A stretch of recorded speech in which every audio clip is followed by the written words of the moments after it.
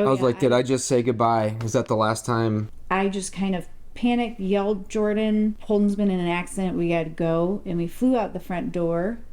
We thought you would die, and we said our goodbyes. We ran through the ICU. Never wanted to say goodbye to Holden because Sam was there. They wanted to know, is Holden going to be okay? I got a call from one of the nurses, and she was like, you need to get up here right away. I've been here for 8 days. Yeah. Hey guys, I'm Holden Ludwig. Welcome to Holding Life Together. Here we go.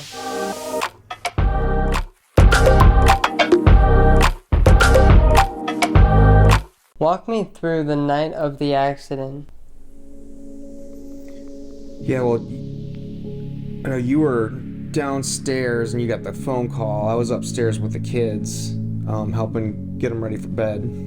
Yeah, somebody, I believe, and my memory doesn't serve me well because I think I blocked a lot of stuff out. It was a random number that called, and I think it was Sam was on the phone. And I didn't believe him at first, and he had said that you guys had been in an accident. And then the phone was passed off to an emergency medical person, and he had said that Holden was in very serious condition and that they were headed to a trauma center. And then they just hung up, and as we were hanging up, I could hear the sirens going off, which is super haunting actually still to this day. I appreciate sirens, but it really bothers me when I hear a siren. Anyway, so I just kind of panicked, yelled, Jordan, Holden's been in an accident, we gotta go. And we flew out the front door, and randomly our 2 neighbors were outside, and we just said, Holden's been in an accident, you gotta watch the littles. And so we flew there. Yeah, so I was driving probably faster than I should, really worried. I remember the sun was setting, and you remember that really distinct siren on the phone. I remember the sun was like this eerie red and cast this really weird glow, and it was really quiet.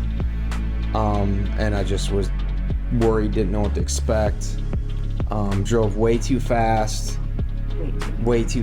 Trisha's like, hey, we gotta make it there in one piece. We don't want to have 2 accidents. And she's right, so I slowed down a little bit. But yeah, terrifying drive. I had no idea what to expect. What did you learn when you arrived at the ER? Yes, I remember we'd never been there before. There's only 2 trauma centers in Atlanta, North Fulton and then Grady, I think. And Grady was too far. Level a certain.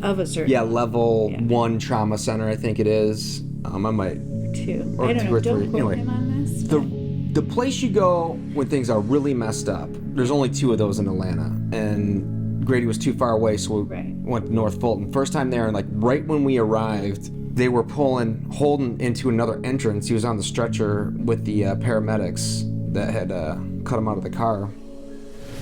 So, and it gets really fuzzy and blurry for me there. I remember kind of getting rushed in. I actually remember it's like your childhood, I think. You remember weird things. I remember there's a really nice, kind woman sitting behind the desk. It would make me cry.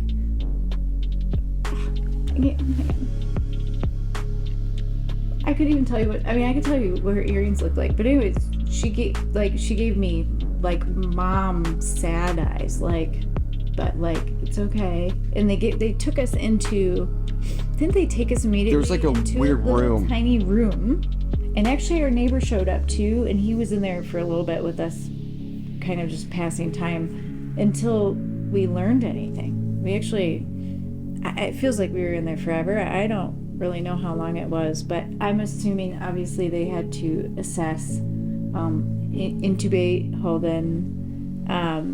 They had enough time to do a CAT scan or like a scan of some sort.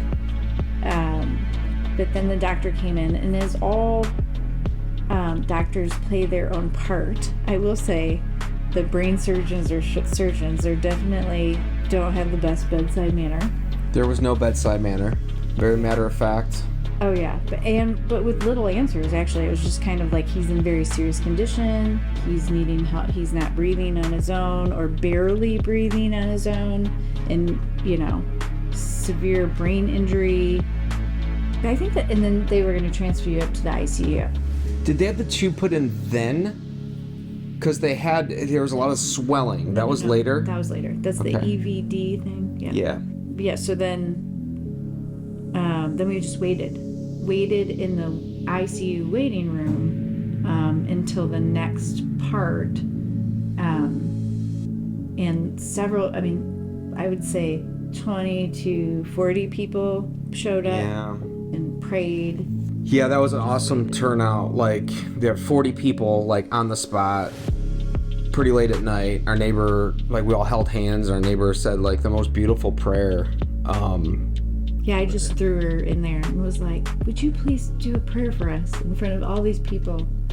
And she did. Like, on the spot, like, really beautiful and really needed prayer. Mm-hmm. What are the most significant moments you remember during the first 6 weeks that I was in the ICU? I just remember the first, I don't even know how long, like days, weeks, where he had the tube inserted to eliminate pressure. Right, to drain. It was to drain. It was to drain fluids because there was so much pressure. And brain swelling. If they didn't relieve the pressure, then they would have had to take off a piece of your skull. Yeah. So that was the first step. But I remember all these numbers that the nurses, who are amazing, like, my level of respect and admiration and gratitude for nurses after this whole thing is insane. But like, they're like, this number means this number means this number means this. It was the pressure, yeah. And they're all really mission critical. And just watching it go to like danger zone, and like I'm on the edge of my seat, like, oh my gosh, is this it? And then they'd come in and re-level, so like pressure would go down and to get back, and I'd be able to relax. But then the number would creep back up, and I just remember this like roller coaster that didn't seem to end for like days of just like, is this it? Is this gonna be it? Like, just constantly worrying that Holden was gonna die, and having all these numbers and beepings that were like indicators of that potentiality. Just being on that roller coaster was probably the most emotionally exhausting, spiritually draining. Like, just hold on. You had no control. You just were there watching and hoping and praying. I think for, there's a couple. I could talk all night about the 6 weeks you spent in the ICU because it was horrible and very, like you said, a roller coaster. And there were several moments that we thought you would die, and we said our goodbyes, or tried to. I always really had a hard time with that. I was like, nope, not. Tell about we were meeting with a lawyer, like. Yeah, we were. Your brother was in town. Yeah, my brother was in town, and he was up with Holden actually in the ICU. We were downstairs in a kind of semi-private spot talking with a lawyer, and I got a call from one of the nurses, and she was like, "You need to get up here right away. Holden's pupils are now fixed, and we're taking him down to a CAT scan, indicating that he was now completely brain dead, and that was it." So we ran up there. I remember everybody we passed when we ran through the ICU, the waiting room, because Sam was there, who was in the accident with Holden. And anyways, we came up there, and Owen wasn't quite sure what was going on, and we all kind of hugged you and were obviously really upset, and they rolled you down to the CAT scan, and then Owen, we said a prayer, and anyways, you were fine. They just made a mistake. But I thought that was it. When he got rolled out of the room, I was like, did I just say goodbye? Is that the last time? Yeah, I was. So that was one. And then two, I have a couple of other impactful moments that I think speak to just some mental and emotional toll that this took. We have 3 other little kids, and we had been there for days. And people were bringing us stuff from home, and we made sure our littles, we call them the littles at the time because they're not little anymore, but that they were all very well cared for, and people were here taking care of them. But I remember one of the nurses was like, Trisha, you have to go home and shower. And I was like, I will. Probably I smelled. Like, I don't know. I don't know what she was trying to say, but she was like, you can go home, take a break. You need to take a break. And I was like, no, I'm good. She was like, you've been here for 8 days. And I was like, it was like this snap of awareness, or snapped me awake. But it was like, wait a minute, I've been here for 8 days. Yeah. I couldn't even believe that there had been 8 days of just sitting in that roller coaster of emotion. I did shower, and I think everybody was thankful for that. Probably, I would imagine.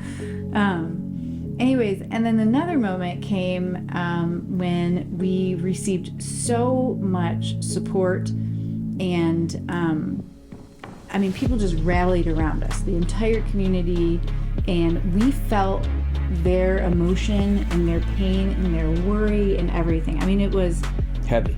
It was heavy and incredible, and we were super grateful for everybody that kind of surrounded us in their love. But what it got to be for me personally was too heavy, because everybody felt the same as us, you know. And a chaplain who was amazing at the time at that hospital came in and had a conversation with me about God and just the way, you know, life works in the universe. And he, you know, kind of got me stirring and thinking about just kind of flipping the narrative and changing it to the positive, which is, I think, why I never wanted to say goodbye to Holden, because maybe I had a feeling that he was going to be okay. So we decided to hold a vigil. We had lots of people with their hands in there and helped us do a vigil at his high school.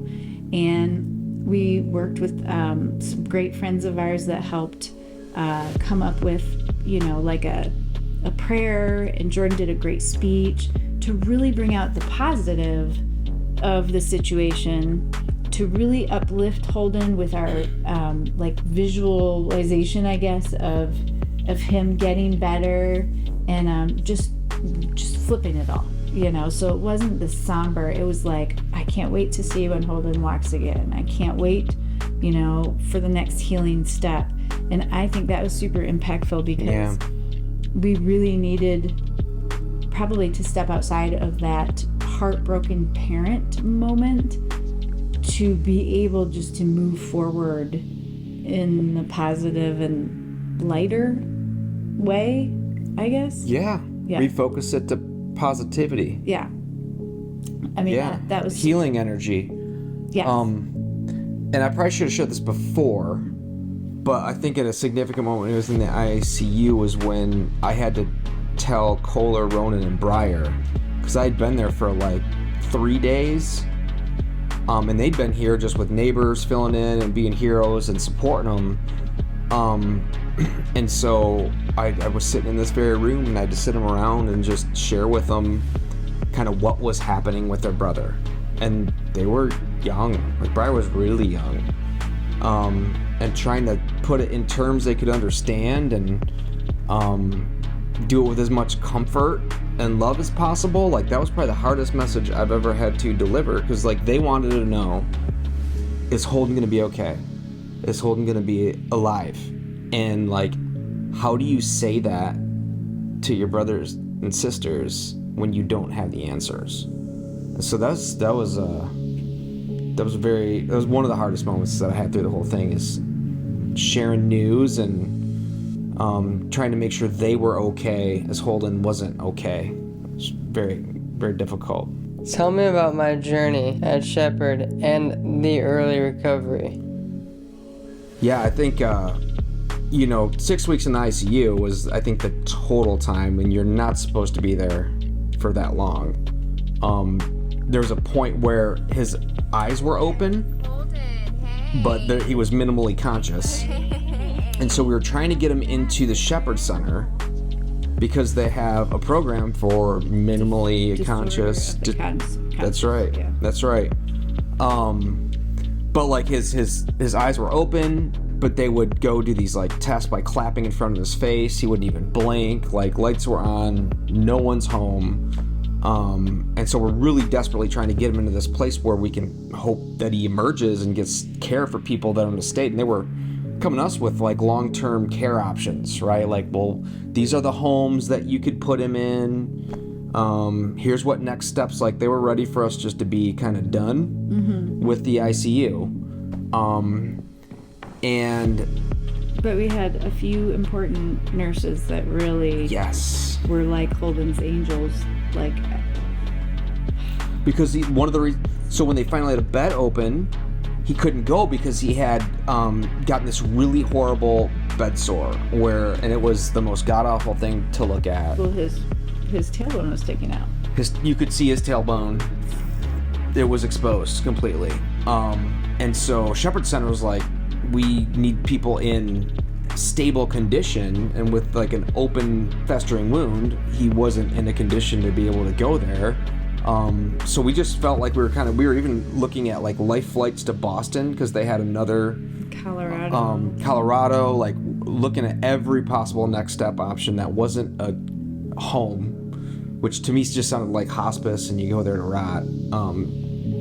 So thankfully one of those nurses realized that there were some misses for his case manager, and they actually had a path for him, but there was just communication gaps. So we didn't know, the nurses didn't know, but she reached out and she made a connection, and we were able to arrange for him to go to Shepherd Center with a bunch of surgeries that needed to happen in order for him to be able to participate in what they offer there. So it was like kind of a conditional, like, okay, if he does this surgery and then that surgery, then he can start the consciousness disorders program. And they wanted to heal his wound. That was the priority, so that he could participate by even sitting. He couldn't sit, really, because it was so painful. I mean, it was so, even though he was minimally conscious, he still was showing pain. The grimace on his face. Oh, yeah. He had a constant grimace. It was horrible, because you knew he was in pain. Yeah. So he went through 2 major surgeries right off the bat in Shepherd. Very big surgeries. And every bad infection you could get at a hospital. The 3 S's. Sepsis, strep, all in his spine. He was on major drugs for about 6 weeks. Almost overdosed. Kick those. Almost overdosed from morphine after surgery. That was scary. And that is just shows how you need an advocate, I think. Yes. You need an advocate. Everybody needs one. I don't care who it is. And then he emerged in October. So we were at Shepherd actually quite some time, getting through the surgeries, and then just kind of waiting it out for a little bit before you actually emerged. And emerging means that you complete 3 tasks that, as a person of normal conscious behavior, would understand how to use, or what this object is used for. Right. So like a hat. Holden's was a hat. You had to know how to put the hat on or where it goes. I think they used toothbrushes, balls, things like that. So anyways, so you eventually emerged, thank God, right? And started showing slow signs of being there. But that was a very long and slow process. Yeah. As I looked back on some of the things, you don't realize how, you're like, oh, he emerged. But that took months and weeks from you would smile, but then you didn't do it on cue. So, I mean, there was still scary roller coaster things in there. Well, and not knowing, right? Like, because he had no feeling and no movement in his left side. Yeah. So his whole left side, even his smile was crooked because he had no muscle control on his left side. Right. And so, like, remember learning everything? We had a special wheelchair that we could adjust so he wasn't in the same position and get an additional sore. Yeah. So we got fitted for that, and then we had to learn how to do the trach. Yes, that's a god-awful little class you have to take. Yep. Where you have to shove a tube all the way and make them cough out stuff, but you have to shove it all the way down into their trach hole and into their lungs. I had to do that twice because it had been so long from the first training to when he actually went home. And clearly things got better and better for Holden. He did amazing, miraculous things, but none without all these things, like little bumps in the road. But we were going to come home with a chairlift to get him into bed. Yep. He wasn't going to walk again, could barely stand up. We were shopping for vans that would have the extra suspension to wheel the chair in. Yeah, so he had to learn how to do everything again. Swallow, talk, walk. Yeah, he could mouth words, but he couldn't figure out how to get sound out. Get sound going. So, yeah. He could drink, but we had to thicken it. Yeah. Because it was water's a choking hazard. Food was a thing. Yeah. And food still is a thing. It is. It's a little better now. Yeah. I mean, it is. There's a lot of things you don't realize you don't realize how important your brain is until you have a brain injury, and how all these things have to fall into place perfectly together. It's pretty miraculous to be alive in itself, let alone to learn all these things again, and just keep pushing through. The short-term memory, do you remember how bad that was? It was horrible. Like, I would be visiting with Holden because we just took shifts. It was Trisha there, and then I'd come and Trisha would go home, and then we would take turns. For 6 months. For 6 months, I was just eating slushies and whatever was rolling at Quick Trip on those little racks. I gained some weight. I was not healthy. For what it's worth, Shepherd had a great cafe though. They did have pretty good food. Yeah. I mean, you don't have to eat at Quick Trip. And across the street there was good tacos too. Oh yeah. Well, if you're at Shepherd, eat at Yumby and Yumby. Good tacos. The fried chicken taco was really good. Tangent. Okay, but anyways, the memory was god awful. Yeah, so I would be in the room and I'd be like, "Hey Holden, I'm gonna go get a water." And we gave him his phone probably too early. We should have probably held back on phone and iPad, because I would walk out and get 10 steps down the hallway and Holden would call me and be like, "Hey Dad, are you gonna come visit anytime today?" or whatever. He would completely forgot what happened literally 30 seconds ago. And the patience needed to have the same conversation every 5 minutes and start over and have the same conversation and then start over and have this for hours. I have longer, more patience than you do. Yes. Yes, and he would be like, "Where's Mom? Where's Mom? Can I call my mom? Is my mom here?" I mean, actually, everybody, when I would walk in, they'd be like, "Mom!" Yeah. What do you call me? Birth mother. Birth mother. Birth mother. This is my birth mother. They also called Holden the mayor of Shepherd Center because he would frequently they would have him out there sitting by them at the front desk, and he would say hi to everybody and greet everybody. Greeter, yeah. Also would be like, "Hey, will you take my glove off?" He had a glove, so he went pull. I mean, makes sense. All these poor people pull out anything uncomfortable, so that they would pull out their trachs. So he had a glove, kind of like a mitt, so he couldn't do that on his right hand. His left hand wasn't working at the time, so he didn't have to worry about that. But and then he finally came home on the day before Thanksgiving. Yeah. And is there another question? I think that's pretty much it. Oh yeah, that was pretty much it. Okay. Well, I just want to hit on, it was very scary to bring him home. It was yes. It was awesome to have you here. We had a hospital bed, and we converted our dining room into Holden's room.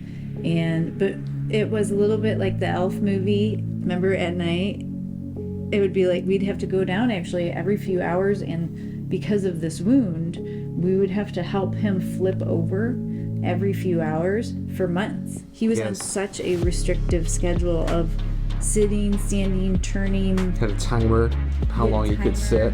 Yes, I mean, it was a very long first year of caregiving. Yes, and caregiving. It's hard. Yeah, it's a lot. But it's so worth it. It is. Yeah. I thank you guys so much I know you're thankful, buddy. We're thankful too. Mm-hmm.